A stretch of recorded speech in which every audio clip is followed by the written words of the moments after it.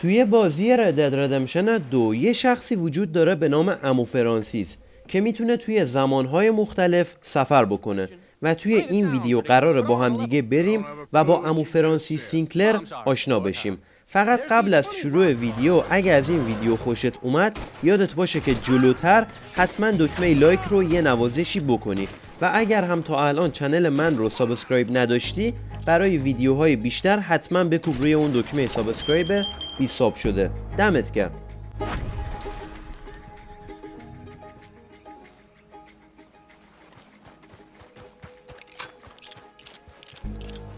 خیلی خوب، برای آشنایی با عمو فرانسیس باید بریم جلوی در خونش. خونه فرانسیس هم این قسمت نقشه هستش که وقتی به خونش نزدیک بشید این علامت سوال سفید رنگ براتون اسپان میشه. از دور چیزی معلوم نیست، حتما باید به این محدوده نزدیک بشید که این علامت سوال براتون اسپان بشه. حالا به خونش که نزدیک میشید خودش رو میبینید که نشسته جلوی در و وقتی که ما رو میبینه با همدیگه شروع میکنیم به صحبت کردن. Eating me? Oh, I'm sorry. I'll dry up. What? See, Hey, can I ask you a strange question? I mean, it sounds ridiculous, but I'm on the level. I don't have a clue what you just said. Well, I'm sorry, sport. There's these funny rock carvings. They look a bit like this. Okay. Yeah, well, the thing is, I sort of really badly have to find all of them. Now, it's sort of a puzzle thing to me. I know, it sounds ridiculous, but I'm on the up and up, and it's really important. Little rock carvings. Yeah, exactly, little rock carvings. What do you want to do with them? Well, it's sort of very complicated, and you'll think I'm jazzed if I tell you. You're what? Drunk? Are you? No, I wish. No, I'm, lost. It's a long story. Can you find the carvings? I have no idea. Well, I sort of need them. Hey, listen, if you find them, I'll pay you handsomely. Send me details, if you can. Here's my card. And if I can't? Well, I'm sure you can, sport. I'm sure you can. Francis Sinclair. Arthur Morgan. Pleasure. I don't understand. Why do you need these things? Well, I told you. If I told you, you'd think I was on the hooch. The what? I'm gonna have a lie down. I don't feel very well. And neither would you if... but, hey, what harm could it do? What a lunatic. خب دوستان، همونطور که مشاهده کردین و متوجه شدین آدم بسیار عجیب و غریبی بود و اون اول صحبتمون اصلا انگار داشت با یکی دیگه صحبت میکرد، اصلا انگار تو این دنیا نبود و خلاصه داستانم این شد که آرتور بره بگردون حکاکیایی که فرانسیس میخواد رو براش پیدا بکنه و مشخصاتش رو واسش ارسال کنه. پس بریم با هم دیگه مکان همه حکاکیای روی سنگ رو بهتون نشون بدم که داخل دفتر واسه داداشمون فرانسیس مختصاتشون رو ثبت بکنیم.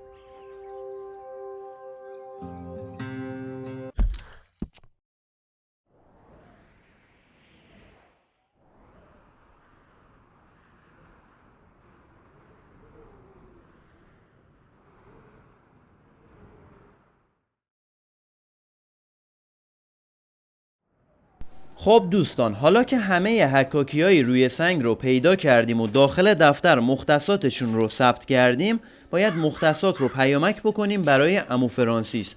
پس میریم به نزدیکترین اداره پست و مختصات رو برای فرانسیس ارسال میکنیم.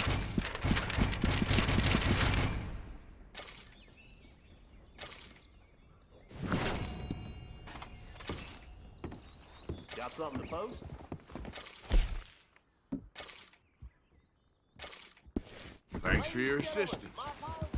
حالا بعد از گذشت 1 یا نهایتاً 2 روز باید مجدد برگردیم به همون اداره پست و میبینیم که بله، از طرف عمو فرانسیس یه دعوتنامه و یه سری خرت و پرت برامون اومده که توش نوشته من میخوام برم سفر و دوست دارم تو رو قبل از سفر حتما ببینمت، لطفاً دیر نکن.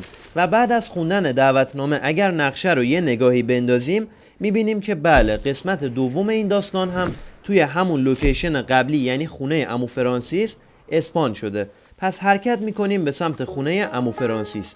اما وقتی که میرسیم به خونه و در میزنیم و میریم داخل، هیچ کس اونجا نیستش و ادامه داستان رو هم خودت ببین. Oh, hello. Can I help you? Oh, I'm sorry for intruding. Mrs. Sinclair? Yes. How did you know? I'm looking for your husband. My husband. Yeah. He's dead. He's been dead since just before Francis was born 1 year ago. Your husband, Francis, is dead? No, this is Francis. My husband, Tom, is dead. I'm a little confused. Yes, I think you are. What was your name? That's not important. Excuse me.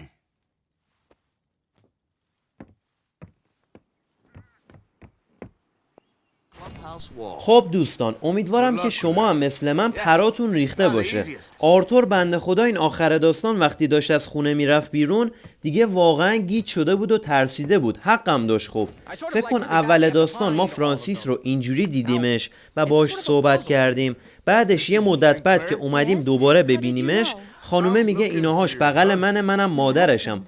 خدا وکیلی آدم پشماش میریزه اینجا. اون بچه‌ای که بغل خانومه بودش هم که دقیقاً مثل فرانسیس بود، یه ماه گرفتگی داشت روی صورتش و رنگ موهاش هم که دقیقاً مثل فرانسیس نارنجی بود. پس اینجا ما متوجه میشیم که فرانسیس 100% مسافر زمان بوده و میتونسته توی زمانهای مختلف سفر بکنه. علت عجیب حرف زدنش هم که دقیقاً همین بود، چون از آینده اومده بود و توی این زمان گم شده بود، گیج شده بود، نمیتونست درست با ما صحبت بکنه. حالا این موضوع به کنار، وقتی که مأموریت دوم هم تموم شد اگر مجدد برگردید داخل کلبه، دقیقاً روبروی در یه سری نقاشی‌های عجیب و غریب رو مشاهده می‌کنید که توی نقاشی‌ها یه شخصی با یه لکه روی صورتش که همون عمو فرانسیس قسمت اول هستش داره با استفاده از پورتال توی زمانهای مختلف جابجا میشه و اینجا دیگه 100% خودتون قضیه رو متوجه میشید. حالا اگه میخواید بدونید که تصویر اون حکاکیایی که ما پیدا کردیم به چه دردش میخورد و چرا بهمون میگفت که اونا تیکه‌های پازل هستش، این تصویر رو با دقت نگاه کنید. توی این تصویر اون 10 تا حکاکی که ما پیدا کردیم اومده داخل این نقاشی و اون رو کاملش کرده. در آخر هم باید بهتون بگم که روی میز وسط این کلبه یه قطب نما هستش که اگه برش دارید و ببریدش پیش یکی از فنس های داخل بازی میتونید باهاش یه طلسم درست بکنید که باعث میشه تفنگ هاتون دیرتر خراب و کثیف بشن. اینم از داستان فرانسیس سینکلر، مسافر زمان بازی رد دد ردمپشن 2. امیدوارم که از این ویدیو خوشت اومده باشه. لایک و سابسکرایب یادت نره. خدا نگهدار.